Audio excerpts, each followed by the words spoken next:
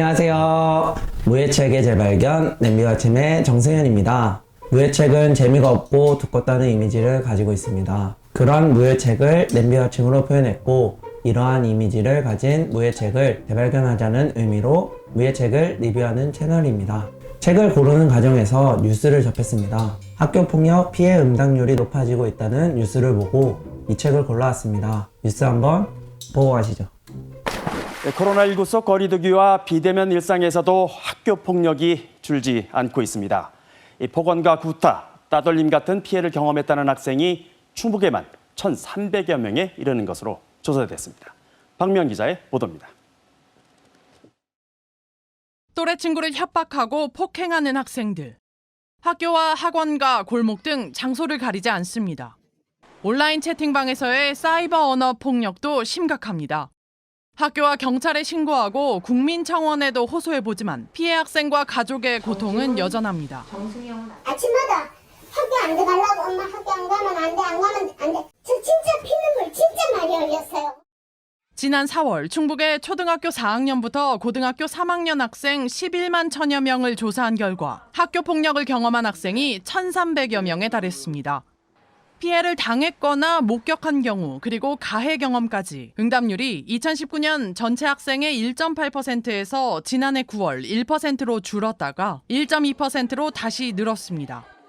유형별로는 언어폭력이 970여 명으로 가장 많았고 집단 따돌림, 신체, 사이버 폭력 등의 순이었습니다.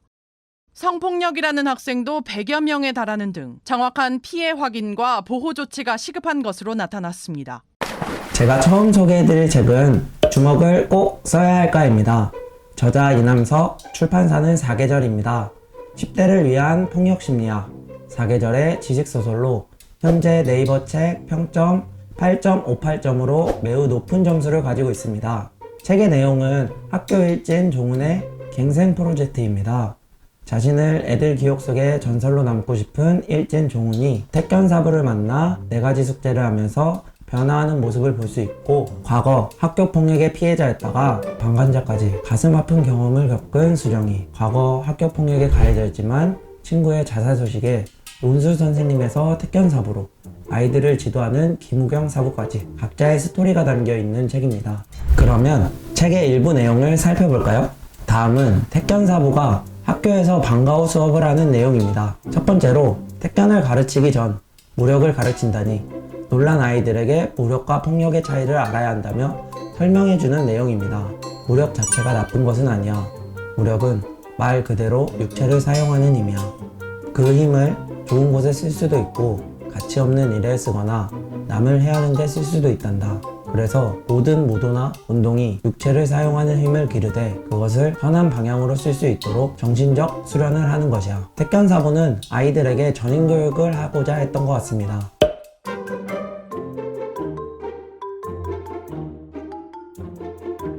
무도나 무예수련을 통한 자기성찰과 깨달음이 바른 생각과 품성, 좋은 인격과 성격을 형성해 무인으로서 지켜야 할 품격과 도리를 만들어주기 때문입니다.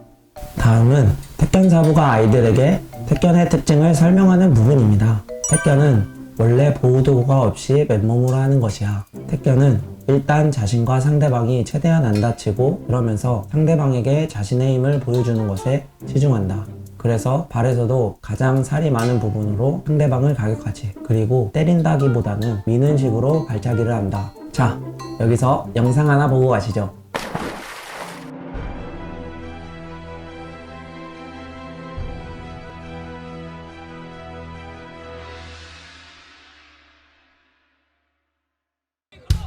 들어가는 과정에서 서동근의 접근전.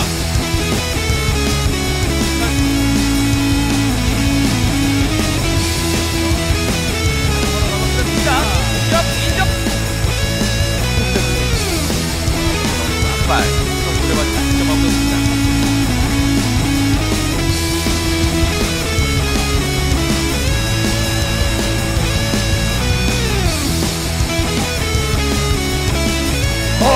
바로 지금도 발차기.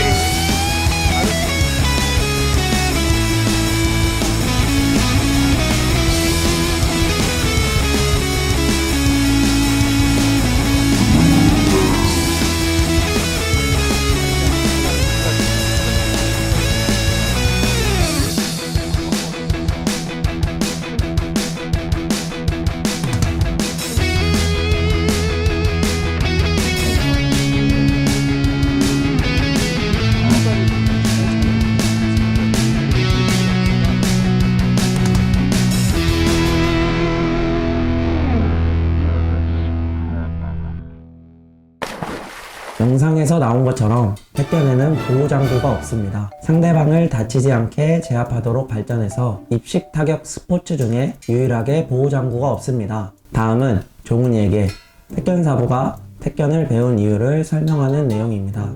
택견사부는 자신이 괴롭혔던 친구의 자살 소식을 듣고 이대로는 안 되겠다고 다짐하고 운동을 배우기 시작하는데요. 그 중에 독특한 택견을 선택한 것입니다. 사범은 원래 남들과 다른 독특한 것을 좋아해서 택견을 배웠다. 하지만 비폭력과 평화를 위해 공부하면서 택견을 익히자 전혀 다른 의미로 다가왔지. 택견은 앞서 말했던 것처럼 보호 장비가 없으며 부드럽고 밀어서 공격하면서 상대방을 다치지 않는 무예로 다른 무도나 운동과 다른 특징을 보여줍니다.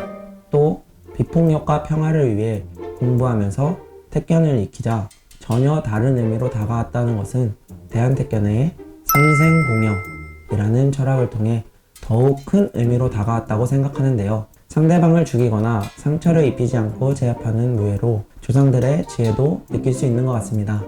마지막으로 택견사부가 네 번째 숙제를 주기 전에 하는 말입니다. 사람은 꼭 주먹을 써야 하는 것이 아니야. 그 손으로 다른 사람과 악수도 할 수 있지. 저는 여기서 책의 제목의 의미를 알 수 있다고 생각하는데요. 주먹을 폭력으로 사용할 수도 있지만 그 손으로 악수를 하거나 음식을 만들거나 글을 쓰거나 다양하게 사용할 수 있다고 말하는 것 같습니다. 작가가 이야기하고 싶었던 내용은 주먹을 올바르게 사용할 수 있도록 많은 경험과 스스로 사고하는 능력을 길러야 한다고 이야기하는 것 같습니다. 하지만 아직까지 학교폭력과 피해 학생들은 남아 있습니다. 교육부의 2021년 1차 학교폭력 실태조사에 따르면 2020년 조사 대비 초등학교는 0.7% 증가, 중학교는 0.1% 감소, 고등학교는 0.06% 감소하였지만 아직 초등학교에는 학교폭력이 2.5%라는 응답률이 나왔습니다. 이 책을 통해 10대들이 올바른 길로 나아가고 학교폭력이 근절되어야 된다고 생각합니다. 주변에 청소년 친구들이나 운동하는 친구들이 있다면 이 책을 추천해주면 좋을 것 같습니다. 마지막으로 책에서는 택견사부가 종훈에게 다양한 경험의 기회를 주면서 스스로 경험하고 변화하는 과정으로 올바른 길로 나아가도록 합니다. 혹시 구독자분들은 이런 경험을 하신 적이 있나요? 아니면 가해자나 방관자의 경험을 하신 적이 있나요? 만약 하신 적이 있다면 이번을 기회로 댓글창에 사과를 남겨보시는 건 어떨까요? 그럼 다음 시간에도 좋은 책으로 돌아오겠습니다. 랜드 아침의 정승현이었습니다.